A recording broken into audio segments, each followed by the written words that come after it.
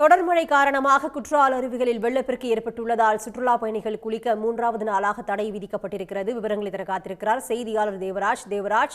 குற்றால அருவிகளில் வெள்ளப்பெருக்கு ஏற்பட்டதனால சுற்றுலா பயணிகளுக்கு என்ன மாதிரியான கட்டுப்பாடுகள் விதிக்கப்பட்டிருக்கு?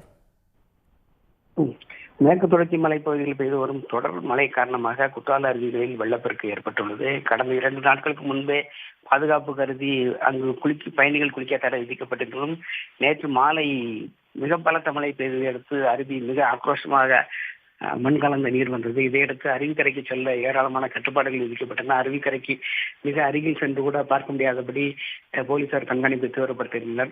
இன்று 3வது நாளாக குளிக்க தடை விதிக்கப்பட்டிருக்கிறது. எனினும் நேற்று மாலை இருந்த அளவை விட தற்போது வெள்ளப்பெருக்கு குறைந்துள்ளது. அருவி தண்ணீர் பால் போல கொட்டி கொண்டிருந்தாலும் அதன் ஆக்ரோஷம் சற்றும் குறையவில்லை. இதன் காரணமாக ஏராளமான சுற்றுலா பயணிகள் அருவிக்கரைக்கு அருகில் செல்ல அனுமதிக்கப்படுகிறார்கள். குளிக்க முடியாவிட்டாலும் ஆக்ரோஷமான அருவியின் பிரமிப்பை கண்டு பிரமித்து சொல்வதுடன் செல்ஃபி எடுத்தும் மகிழ்கின்றனர். இதே போல் 5 அருவி பழைய குற்றால அருவிகளிலும் வெள்ளப்பெருக்கு ஏற்பட்டதால் அங்கும் குளிக்க தடை விதிக்கப்பட்டிருக்கிறது. சுற்றுலா பயணிகளை பொறுத்தவரை மெயின் அருவிக்கு மட்டுமே அதிக அளவில் வந்து செல்கிறார்கள். 5 அருவிக்கும் பழைய குற்றால அருவிக்கும் ஒரு சில சுற்றுலா பயணிகளை வந்து கொண்டிருக்கிறார்கள். இருந்தாலும் அங்கு பாதுகாப்பு தொடர்ந்து கொண்டிருக்கிறது. தேவராஜன், தற்போதைய விவரங்களுக்கு நன்றி. உடனுக்குடன் செய்திகளை தெரிந்து கொள்ள சன் நியூஸ் பெல் ஐகானை கிளிக் பண்ணுங்க.